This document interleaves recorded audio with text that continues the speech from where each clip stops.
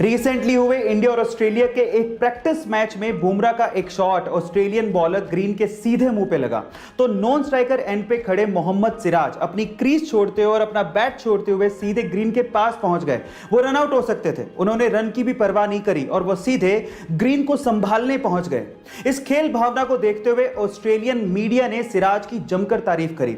इस पर सिराज ने कहा कि उन्हें उस वक्त जो दिखा वही उन्होंने किया, उन्हें रन लेना नहीं दिखा बल्कि उन्हें यह दिखा कि ग्रीन को बहुत तेज बॉल लगी है, उन्हें ग्रीन की चिंता होने लगी और वो सीधे ग्रीन के पास पहुंच गए। गाइस, इस खेल भावना को देखते हुए सिराज के लिए एक लाइक तो बनता है। गाइस, ऐसे ही अमेजिंग वीडियोस के लिए YouTube पे हमारे चैनल को सब्सक्राइब कर लीजिए और अगर आप Instagram पे देख रहे हैं तो मुझे फॉलो करना मत भूलिएगा। मिलते हैं अगली वीडियो में। ये कहानी है रूकी नाम के एक छोटे से कुत्ते की जिसने पैदा होते अपनी मां को खो दिया। अब उसे अपनी मां के बिना ही जीना था, लेकिन सौभाग्य से उसके मालिक की गाय से उसे मां का प्यार मिलने लगा। अब उस गाय को अपनी मां समझने लगा। वो पूरे दिन उसी के साथ खेलता, उसी के साथ खाता और वो उसकी लाइफ का हिस्सा बन चुकी थी। लेकिन एक दिन मालिक को पैसों की तंगी के चलते उस गाय को बेचना पड़ा। उसके बाद वो कुत्ता बहुत ज्यादा रोने लगा और उसने खाना भी छोड़ दिया।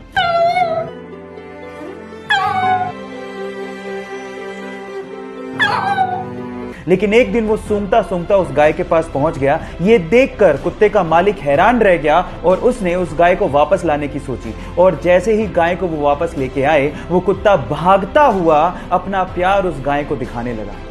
आपको इन बेजुबान जानवरों के इमोशंस को देख के कैसा लगा, एक बार चैट में जरूर लिखिएगा।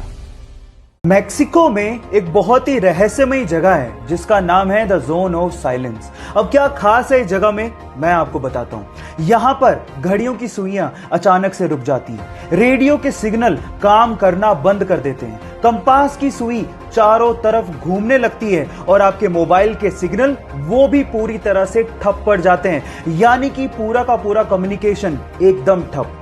सबसे मिस्टीरियस बात यह है कि the zone of silence, Bermuda triangle और गीजा के पिरामिड वर्ल्ड मैप पे एक ही लाइन पे हैं, यानी कि तीनों मिस्टीरियस जगह अलाइंड हैं। ये मिस्टीरियस फैक्ट सुन के आपको कैसा लगा, चैट सेक्शन में लिखना मत भूलिएगा। ये गारंटी और वारंटी, आखिर इन दोनों में फर्क क्या होता है? देखिए, जब भी हम कोई प्रोडक्ट लेने जाते हैं तो कोई हमें गारंटी देता है, कोई हमें वारंटी देता है। कोई गारंटी और वारंटी दोनों देता है और कोई तो दोनों ही नहीं देता। पर सवाल यह है कि इन दोनों में फर्क क्या है, तो चलिए मैं आपको बताता हूं। देखिए, मान लीजिए कि आपने कोई प्रोडक्ट खरीदा और वो प्रोडक्ट वारंटी में है और अगर वो खराब हो जाए तो दुकानदार उसे रिपेयर करके आपको वापस देगा, यानी कि वारंटी के केस में रिपेयर होता है।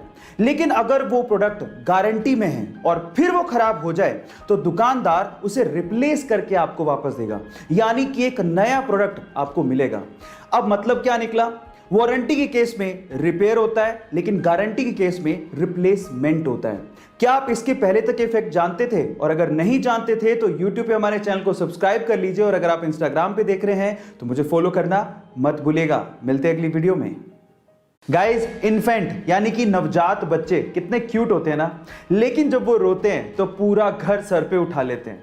लेकिन क्या आपने कभी गौर किया कि नवजात बच्चे यानी कि नए नए जन्मे बच्चे के आंसू निकलते ही नहीं है? शायद आपने कभी गौर नहीं किया होगा, लेकिन ये बात सच है। नवजात यानी कि नए नए बच्चे जो जन्म लेते हैं उनके आंसू कभी नहीं निकलते, क्योंकि तब तक उनके टीयर डक्ट्स यानी कि आंसू वाली नलियां डेवलप्ड ही नहीं होती। हाँ, 1 महीने बाद से 3 महीने तक उनकी आंसू की नलियां डेवलप हो जाती हैं और उसके बाद वो रोना शुरू करते हैं तो साथ में आंसू भी निकलते हैं। है ना अमेजिंग फैक्ट? गाइस, ऐसे ही अमेजिंग फैक्ट्स के लिए YouTube पे हमारे चैनल को सब्सक्राइब कर लीजिए और अगर आप Instagram पे देख रहे हैं तो मुझे फॉलो करना मत भूलिएगा। मिलते हैं अगली वीडियो में। एक 11 फीट लंबी ग्रेट व्हाइट शार्क अचानक से हाई टाइड की वजह से यूएस के एक बीच पे फंस गई। जैसे ही लोगों ने उसे तड़पता देखा, उसे बचाने की मुहिम में लोग जुट गए। सबसे पहले तो लोग उस पे लगातार पानी डालते रहे ताकि वो जीवित रहे।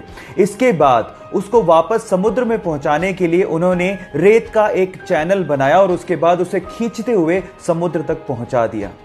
आप लोग याद रखिए गाइस कि ये धरती सिर्फ इंसानों की नहीं है, इन जीवों की भी है और उन्हें बचाने की मुहिम और ऐसा समन्वय हमें बनाए रखना पड़ेगा, तभी हमारा अस्तित्व बचा रह सकता है।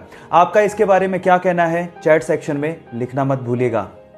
गाइस, ये तो हम बचपन से पढ़ते आ रहे हैं कि हेल्थ इज वेल्थ, और अगर आप अपनी हेल्थ को अच्छा करना चाहते हैं तो मेरे दो फैक्ट आपको बहुत काम आ सकते हैं। फैक्ट नंबर 1, अगर आप दिन में 10 से 15 मिनट के लिए रस्सी कूदते हैं तो ये आपके 200 कैलोरीज को बर्न कर सकता है। इतनी अच्छी एक्सरसाइज है और ये कार्डियो में बेस्ट एक्सरसाइज मानी जाती है जो आपको फिट रख सकती है।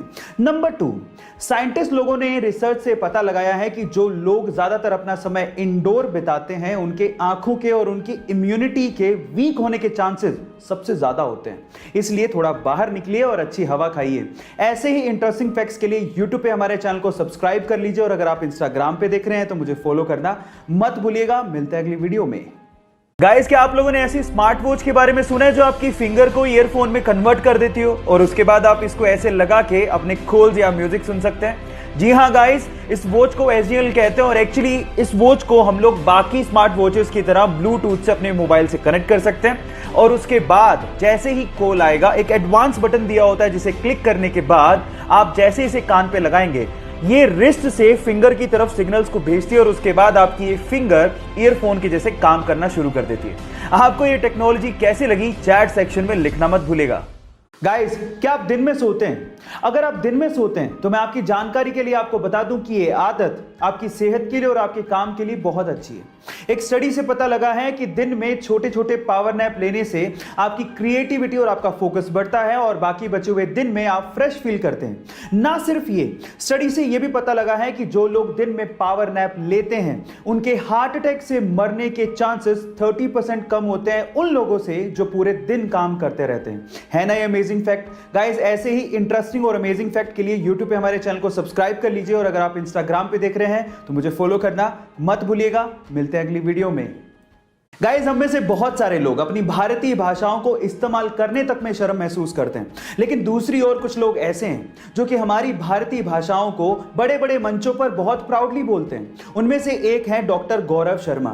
मैं आपकी जानकारी के लिए आपको बता दूं कि अभी रिसेंटली ही न्यूजीलैंड के पार्लियामेंट में डॉक्टर गौरव शर्मा को MP चुना गया और जब 25 नवंबर को उन्होंने अपने पद की शपथ ली तो वो उन्होंने संस्कृत भाषा में ली और ऐसा करके वो पूरी दुनिया में चर्चा का विषय बन गए।